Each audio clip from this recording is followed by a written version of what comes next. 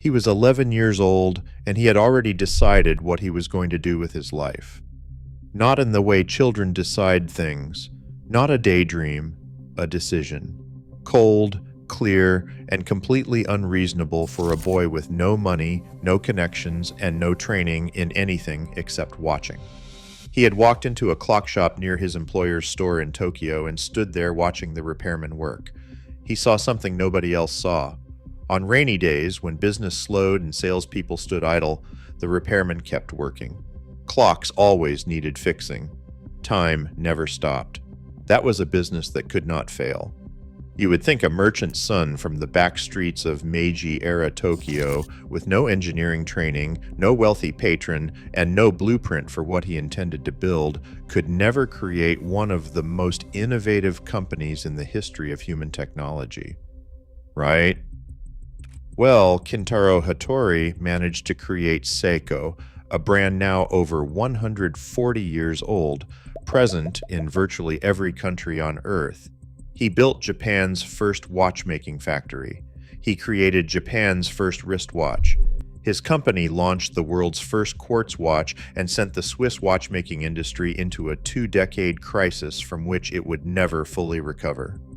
And he did all of it starting from a single shop in Tokyo in 1881, with nothing but his life savings and a conviction so fierce it bordered on madness. So how did a boy from the back streets of Tokyo become the father of Japanese watchmaking? To find out, we have to go back to October 9, 1860. Kintaro Hattori was born in Unime-cho, Kyobashi, Tokyo, in a Japan that was tearing itself open to the modern world. The Meiji Restoration was coming. Everything old was being replaced. Steam trains were beginning to run. Western goods were flooding in through Yokohama, strange and fascinating and completely unlike anything Japan had ever encountered. His father was an antique dealer, modest, respectable, nowhere near wealthy. By 11, Kintaro was apprenticed to a haberdashery wholesaler who imported goods from abroad. His employer noticed the boy's drive and wanted to make him his successor. But Kintaro had other ideas. That was when he walked into the clock shop. That was when he saw the repairmen working in the rain. And at 13 years old, he told himself he would be in the business of time. He joined Kamita Clock Shop in Nihonbashi, then transferred to Sakata Clock Shop in Ueno, learning to both sell and repair timepieces. When that shop fell into bankruptcy, Kintaro did something people would recount for generations afterward. He gave the struggling owner every coin he had saved during his years working there. His master was so moved he could barely speak. This was not sentimentality. This was Kintaro Hattori's foundational belief, already formed at 17 years old, that a reputation for honesty was worth more than any sum of money he could hold in his pocket. He went home and nailed a sign to the front of his family house. It read, "Hattori Clock Repairer." He was 17 years old. In 1881, at 21, Kintaro opened K. Hattori and Company in Tokyo's Kyobashi district, small, modest, his entire life savings on the line. But Kintaro was not interested in small. Japan was still buying its timepieces from Switzerland, from Germany, from everywhere but Japan. And that, Kintaro thought, was an opportunity so large it barely fit inside his imagination. By 1892, at 31, he took his profits and built a factory. He called it Seikosha. In Japanese, that means house of exquisite workmanship. Not good workmanship, not adequate workmanship, exquisite. Think about the audacity of that name. This was a man who had never built a watch in his life, choosing a name that declared he intended to make the finest ones on earth. He brought in a gifted engineer named Tsuruhiko Yoshikawa, who would become his essential partner. Together, they began producing wall clocks. The quality was precise. The reputation grew. By 1911, Seikosha had cornered 60% of Japan's domestic market. What drove that speed? One principle.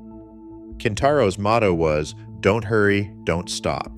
He said it was better to move continuously and untiringly than to hustle and fail. He wasn't just saying it. He built dormitories for his workers, ran evening classes in mathematics and calligraphy, and founded the Hattori School of Commerce for his employees. He understood that the quality of a timepiece was only ever as high as the quality of the people making it. Then came 1913. Pocket watches were still dominant. Wristwatches were still considered foreign curiosities.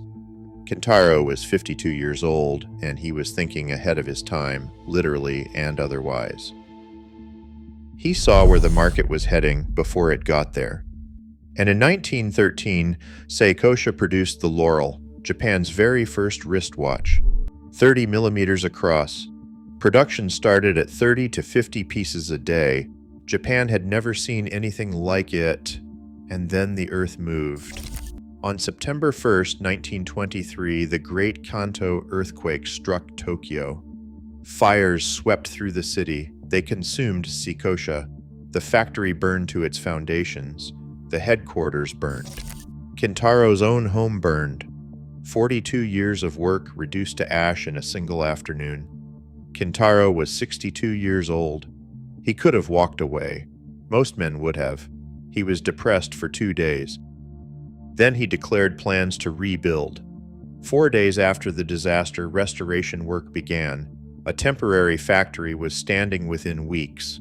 In December 1924, wristwatch production resumed under a brand new name. A prototype his engineers had completed the very day before the earthquake, a prototype that had somehow survived the fires, became the first watch to carry that name on its dial, Seiko, meaning precision, meaning success. The name was not a fresh start, it was a declaration.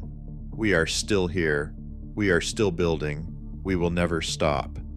Kintaro Hattori died on March 1st, 1934, age 73. He left behind the most powerful watchmaking operation in Japan and a name on a dial that meant something. But the biggest chapters of the Seiko story were still to come. By 1953, production had reached 2.4 million watches annually, more than half of all watches made in Japan. And then, in 1959, a group of Seiko engineers quietly began the most ambitious project the company had ever undertaken. They called it Project 59A. Its mission, to build something the watch industry believed was impossible. A wristwatch powered not by springs and gears, but by a vibrating crystal. In 1964, Seiko was named official timekeeper of the Tokyo Olympics, the first time the world's greatest sporting event had been held in Asia. Seiko deployed 1,278 timing instruments across the venues and developed the world's first portable quartz clock, accurate to 0.2 seconds per day. The marathon world record set by Abebe Bikila was measured by a Seiko digital stop clock. Not a single timing error occurred across the entire games. The world noticed, and 5 years later, the world would never be the same. On Christmas Day, 1969, a gold wristwatch went on sale at a department store in Tokyo. It cost 450,000 yen. That was the price of a small car. It was called the Seiko Quartz Astron 35 SQ. Inside it, a quartz crystal oscillated 8,192 times per second, delivering accuracy of plus or minus 5 seconds per month. The finest Swiss mechanical chronometers of that era were losing or gaining 5 seconds per day.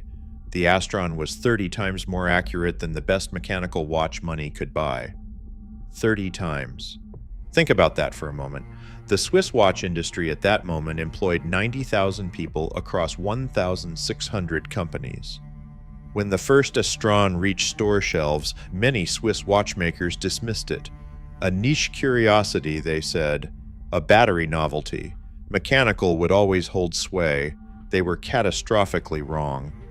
By 1977, Seiko had become the world's largest watch company by revenue. $700 million in sales. By 1978, quartz watches globally overtook mechanical watches in popularity for the first time in history. Between 1970 and 1988, Swiss watch employment fell from 90,000 to 28,000. The number of Swiss watchmaking companies collapsed from 1,600 to 600.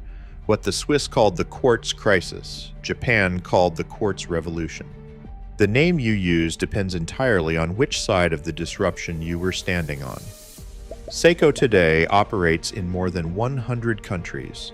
Grand Seiko's hand-polished dials, inspired by the snow on Japanese mountains, have been called some of the most beautiful watches ever made. The clock tower Kintaro, built on Ginza in 1895, rebuilt after the 1923 earthquake, still marks every passing hour in one of the most famous shopping streets in the world, the house that Hattori built. People sometimes ask what the secret of Seiko was. The answer is in the name Kintaro chose in 1892, Seikosha, house of exquisite workmanship. Not good enough, not competitive, exquisite.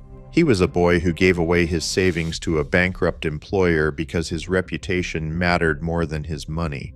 He was a man who started rebuilding a burned factory 4 days after an earthquake destroyed 40 years of work. He lived by one principle: don't hurry, don't stop, not a slogan, a way of building, a way of living. He proved that you do not need to be born into an industry to remake it. What you need is the ability to see what others cannot see yet, the patience to build without rushing, and the refusal, stubborn, absolute, and unconditional, to ever stop. An 11-year-old boy stood in a clock shop in Tokyo and watched repairmen work in the rain. He understood something in that moment that would eventually shake the most powerful watchmaking empire in the world.